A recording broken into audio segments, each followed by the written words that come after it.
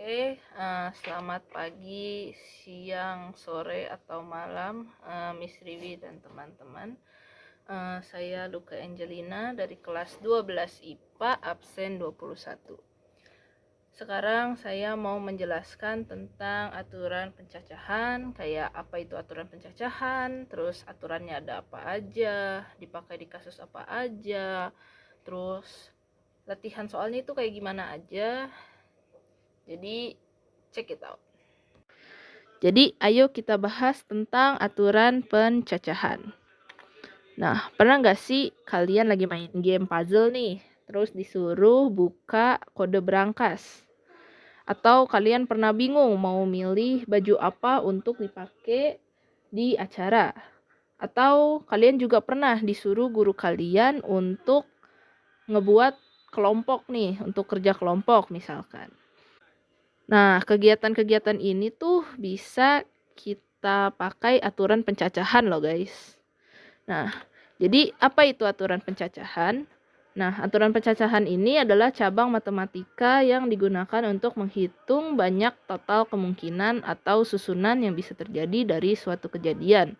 Tanpa harus kita sebutin satu persatu nih kemungkinannya. Nah, ada beberapa aturan pencacahan yang bakal aku bahas. Nah, yang pertama ini ada aturan penjumlahan.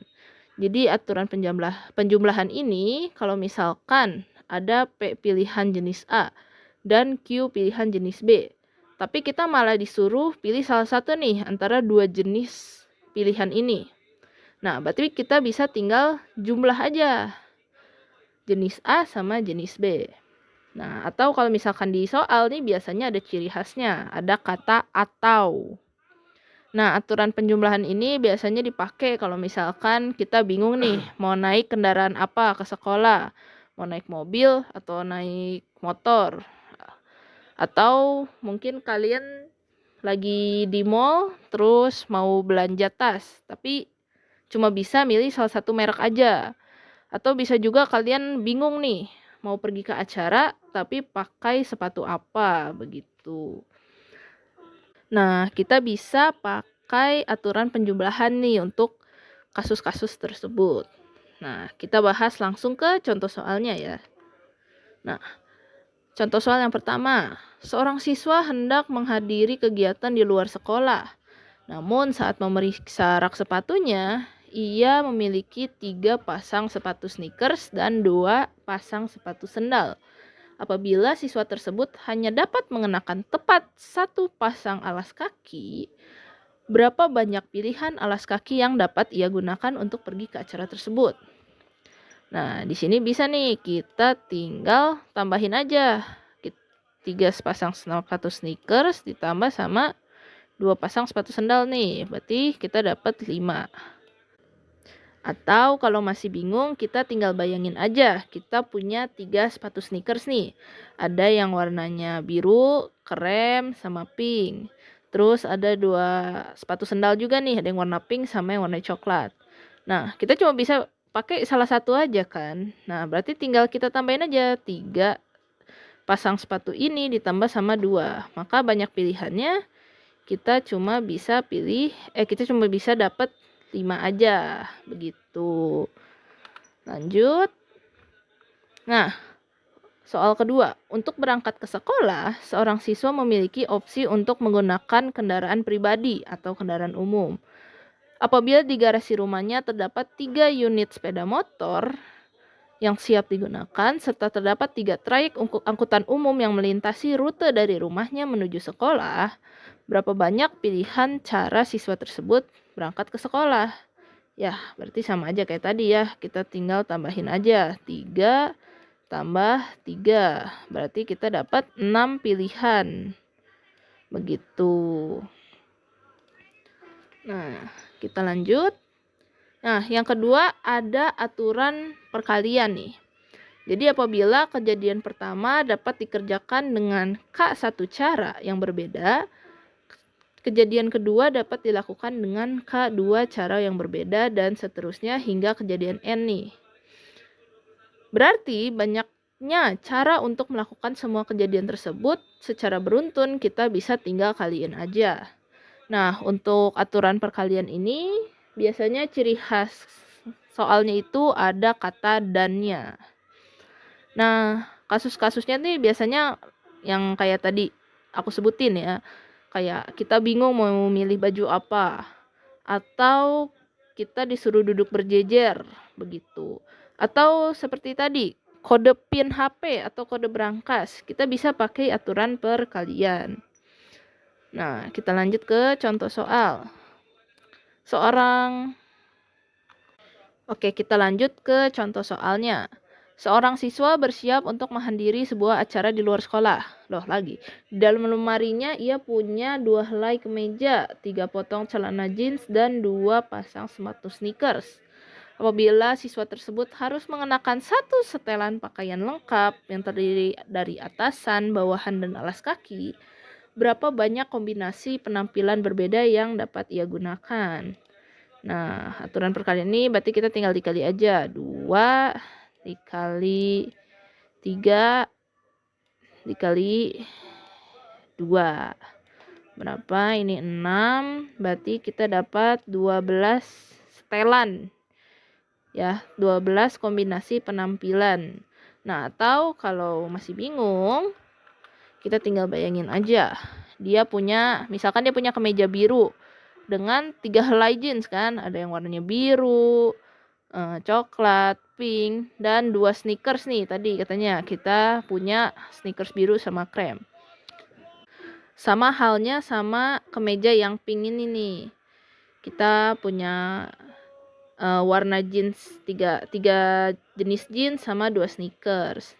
Nah, dari setelan ini kan bisa macam-macam ya. Misalkan dia mau kemeja biru, terus dia pakai jeans warna biru atau sneakers biru, ini kan jadi satu setelan. Nah, kita tinggal hitung aja berapa setelan yang dapat.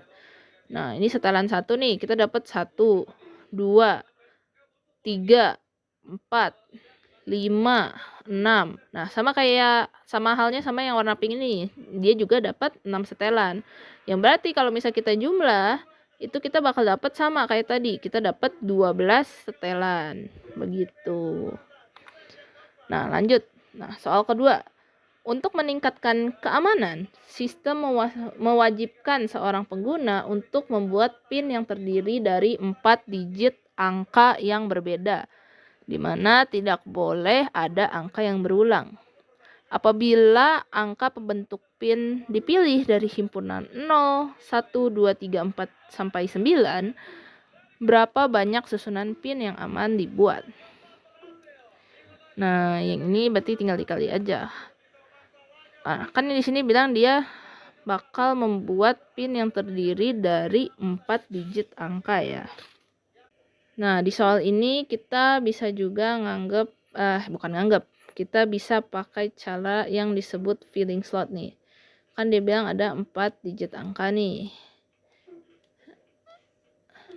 Nah, di sini totalnya ada berapa? Ada 9 ya. Ada 10 salah. Di sini ada 10. Nah, tidak boleh berulang. Ya, berarti kita tinggal isi aja. Ada 10 angka. Karena nggak boleh berulang, berarti kan 1 angka udah dipakai di sini kan. Nah, berarti sisanya kita tinggal di sini. Berarti sisanya berapa? Kurangin 1, 9. Di sini berapa? 8. Di sini sisa 7 angka. Nah, kita tinggal kali-kaliin aja nih mereka semua nih. Nanti kita dapat hasilnya berapa? 5.040 cara ya. 5.040 susunan PIN yang aman begitu. Nah, lanjut. Nah, yang ketiga ada permutasi. Nah, permutasi ini sebenarnya ada banyak cabangnya. Jadi kita bahas yang permutasi biasa dulu. Jadi permutasi ini banyak susunan berurutan yang berbeda R objek dari N objek. Yang biasanya kita pakai rumus si PNR ini nih. PNR sama dengan N faktorial per N kurang R faktorial. Nah, ini ingat dulu ya, si R ini lebih kecil daripada N. Nah, permutasi ini ciri khasnya itu dia ini berurutan ya. dia ini urutannya penting intinya.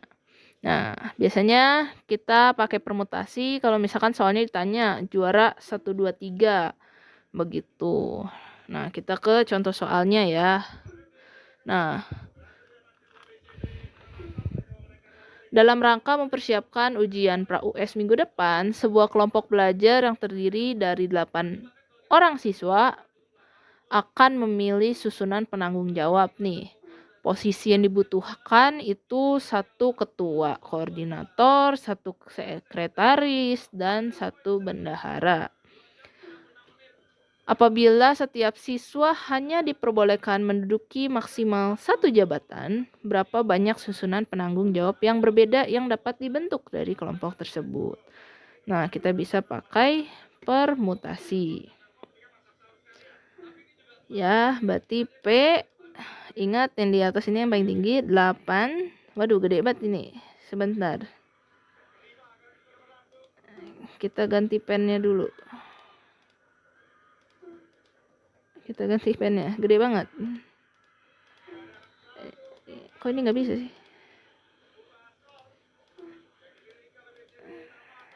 Nah, kita ganti pennya dulu. Nah, permutasi berapa? Berarti 8 di sini. 8. Yang di sini berapa posisi nih? Bendahara, sekretaris, koordinator. 3 nih. Nah, kita masuk rumus permutasi tadi. N faktorial per N kurang R nih. N-nya 3 kurang 3 faktorial. Nah, berarti di sini dapat berapa ini? Ini kan berarti 5 faktorial nih. Aduh, tulisanku jelek banget. Maaf ya. Waduh. Nah, 5 faktorial ya ini. Nggak bisa ditulis faktorialnya.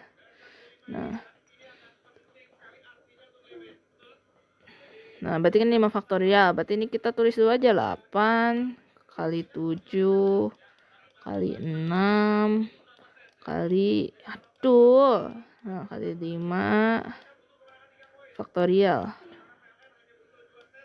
Nah, ini ada 5 faktorial. Dimana kita bisa nyoret ini ya, 5 faktorial ini kita coret dan tinggal 8 kali 7 kali 6 nih. Kita bakal dapat 336 begitu. Atau kalau misalkan kalian nggak mau ribet, kita bisa juga pakai cara filling slot nih. Ya, tadi berapa posisi kan ada 3 nih, ada 3 posisi nih. Ada ketua, ada sekretaris, ada bendahara begitu. Nah, 3 kan. Nah, tadi kan dia bilang cuma bisa 1 jabatan aja. Nih, 1 jabatan aja. Nah, ada berapa orang? Ada 8 orang. Ya, berarti kan di sini 8, 7, 6 begitu. Kalau kita kaliin, kita bakal dapat 336. Begitu. Oke, yang kedua ada permutasi berulang nih. Ini biasanya kita pakai kalau misalkan ada soal kayak berapa banyak susunan huruf pada kata apa gitu. Nah, kita bisa pakai rumus yang ini nih. N faktorial per K1 kali K2 sampai seterusnya. Begitu. Nah, kan di sini dijelasin juga nih, jika di N objek ini ada duplikat begitu. Nah, kita langsung aja. Nah, berapa banyak susunan kata berbeda yang dapat dibentuk dari huruf-huruf penyusun kata berikut nih. Nah, kita nih yang A nih, fisika. Ya. Oke. Jadi yang fisika nih. Yang fisika ini totalnya ada berapa huruf? Ada F, I, S, I, K, A. Nih ada 6 huruf ya total nih. Nah, yang sama ini apa? F ini kan cuma ada 1 huruf. 1. Terus apa? I-nya nih. I itu ada 2. Terus S cuma 1. Habis itu K-nya berapa? K cuma 1. A-nya juga cuma 1. Oh, berarti di sini yang duplikat ini cuma I doang nih. Nah, kita pakai rumus yang tadi itu. N-nya berapa tadi? 6. 6 faktorial dika per. Nah, berapa tadi yang duplikat? 2. Berarti 2 faktorial. Nah, berarti kita 6 faktorialnya kita urain aja ya. 6 kali 5 kali 4 kali 3 kali 2 faktorial nih. Nah, per 2 faktorial. Nah, kita coret aja lah. 6 kali 5 kali 4 kali 3. Kita bakal dapat 360. Nah, lanjut nih ke B, matematika ya. Ini totalnya ada berapa? 1, 2, 3, 4, 5, 6, 7, 8, 9, 10 nih, ada 10 ya totalnya. Nah, yang sama tuh ada berapa? Kita hitung. M itu berapa? M-nya ada 1, 2, ada 2. Terus A-nya. A-nya di sini ada 1, 2, 3. Nah, T lanjut. T-nya ada berapa? Ada 2. E cuma 1 di sini kelihatan ya. Terus M udah, A udah, T udah. Nah, I-nya cuma 1. Habis itu ada K nih. K-nya 1 juga. Nah, ini kan kalau ditotalin juga 10 nih. Nah, kita masukin rumus yang tadi aja. Berarti 10 faktorial per yang duplikat berapa aja? M 2 faktorial. Terus ada A 3 faktorial. Terus ada T 2 faktorial. Nah, ini udah nih. Kita tinggal jabarin aja. 10 kali 9 kali 8 kali 7 kali 6 kali 5 kali 4 kali 3 faktorial nih. Aduh. Nah, berarti ini tinggal berapa? 2 dupli faktorial, 3 faktorial, 2 faktorial. Ini aduh kepencet. Belum. Nah, ini kalau misalkan dicoret. Nah, terus sisa 2 faktorial aja nih. Nah, 2 faktorial ini kan 2 kali 1 ya. Ini juga sama 2 kali 1. Dimana kalau kita kaliin kita dapat 4 nih. Ya udah, 4-nya kita coret aja. Berarti kita tinggal kaliin 10 kali 9 kali 8 kali 7 kali 6 kali 5. Dimana kita bakal dapat 151.200 ya. Nah, segini nih hasilnya. Berarti 151.200 itu jawabannya. Nah, lanjut. Ada permutasi siklis ya. Nah, permutasi siklis ini itu banyaknya permutasi n objek yang disusun secara melingkar ya. Jika terdapat n objek yang berbeda, maka banyak permutasi siklis dari n itu gimana? Nah, ini rumusnya. P siklis sama dengan kurung n kurang 1 faktorial. Nah, ini biasanya kita hitung kalau misalkan ada yang duduk melingkar nih. Nah, kita lanjut aja nih ke contoh soalnya. Sebuah kelompok belajar terdiri dari 5 orang siswa sedang berdiskusi dengan posisi duduk mengelilingi sebuah meja bundar. Berapa banyak susunan posisi duduk yang berbeda yang dapat mereka bentuk? Nah, ini tinggal masukin aja. P siklis tadi berapa? Ini ada 5 orang. 5 kurang 1 faktorial. Berarti berapa? Ini berarti dapat 4 faktorial ya. 4 kali 3 kali 2 kali 1. Berarti dapat 24 ya. Nih, 24 susunan posisi duduk yang berbeda. Nah, kalau misalkan sekarang tetap masih 5 orang. Tapi 2 orang itu harus duduk berdampingan. Nah, ini gimana? Berarti anggap aja nih, misalkan ini orang ya. Kita anggap 5 orang begini. Melingkar ya. Nah, 2 orang ini harus duduk berdampingan. Nah, kita anggap 2 orang ini jadi satu kesatuan. Yang berarti kalau kita hitung, ini ada 1, 2, 3, dan 4 nih. Ada 4. Nah, kita masukin nih siklisnya. 4 kurang 1 faktorial. Nah, karena ini duduknya harus berdampingan, kita kali lagi 2 faktorial. Kenapa? Karena 2 orang ini bisa aja duduknya, misalkan nih A nih, ini B. Misalkan bisa aja si A sama si B ini duduknya ganti-gantian begitu. Bisa aja si A yang di sini atau si B yang di sini. Makanya kita kali lagi 2 faktorial. Nah, ini berapa? Ini 3 faktorial. 3 faktorial dikali 2 faktorial tuh. Berarti kan 3 kali 2 kali 2 tuh. Berarti kita bakal dapat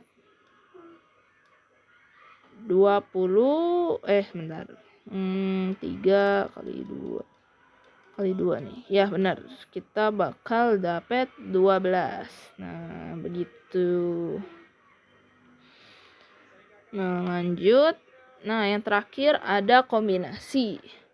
Kombinasi ini itu banyak pilihan yang berbeda ketika memilih objek dari n objek. Dimana rumusnya bisa dengan CNR ya. Dimana n faktorial per kurung n kurang r faktorial dikali r faktorial. Nah, ciri khas dari kombinasi ini dia itu tidak berurut. Nah, contoh kasusnya apa aja? Biasanya kalau misalkan kita disuruh milih kelompok tapi tanpa ada jabatan ya, tanpa ada ketua gitu. Misalkan pilih anggota kelompok aja. Terus kita ngambil bola nih, bola warna merah atau oranye dan lain sebagainya. Terus kalau misalnya kita salaman sama orang gitu, itu pakai kombinasi karena tidak ada urutannya. Nah, kita lanjut aja ke contoh soal. Nah, dalam ujian akhir matematika, guru memberikan 10 butir soal. Setiap siswa diberikan kebebasan dengan syarat wajib mengerjakan tepat 8 butir soal. Berapakah banyak variasi pilihan soal yang dapat dikerjakan oleh siswa tersebut? Nah, tinggal rumus kombinasi aja nih. Berapa berarti? Aduh, tulisannya jelek, maaf. Nih, 8 butir soal sama 10 butir soal. Nah, berarti nih 10, 8. Masukin rumus aja. Tadi berarti 10 faktorial. Ini kurang 8 kurang 2 nih. Berarti dapat 2 faktorial. Dikali sama R-nya tadi berapa? 8 faktorial. Nah, berarti 10 kali 9 kali 8 faktorial. Nih 2 faktorial dikali 8 faktorial. Kita coret aja 8 faktorialnya. Ini berapa? Ini 2. Coret 5. Kita dapat 45 variasi pilihan soal, guys. Begitu. Nah, udah selesai gitu aja. Nah, jadi apa?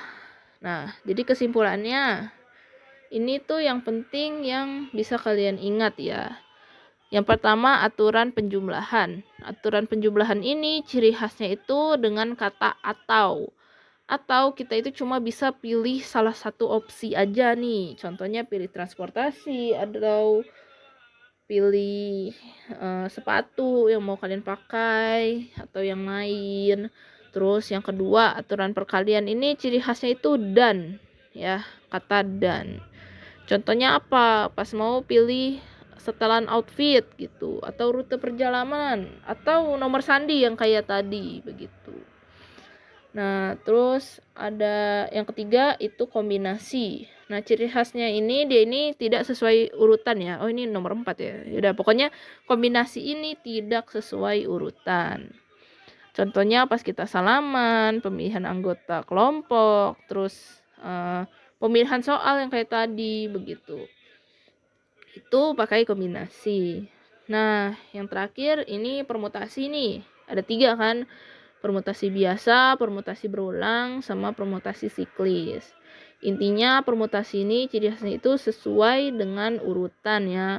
Kayak pemilihan jabatan, itu kan masuk permutasi. Terus juara juga permutasi. Susunan huruf tadi, itu masuk ke yang berulang. Habis itu tempat duduk melingkar, itu permutasi siklis. Asal ingat ciri-ciri ini, kita pasti bisa mengerjakan soal aturan pencacahan. Begitu. Sekian penjelasan dari saya. Have a nice day. Thank you. Ya, sekian dari video penjelasan saya hari ini tentang aturan pencacahan. Jadi asalkan kita ingat ya, ciri khas soalnya kayak gimana, itu kita pasti bisa ngerjain soal aturan pencacahan, guys. Nah, maaf kalau misalkan ada kesalahan kata, ada kesalahan teknis, kayak tadi PPT-nya agak error, terus tulisan yang jelek ya tadi, itu karena aku langsung nulis di mouse, jadi langsung ya jadi jelek begitu. Tolong maafin kalau misalkan ada kekurangan yang lainnya juga. Sekian, terima kasih.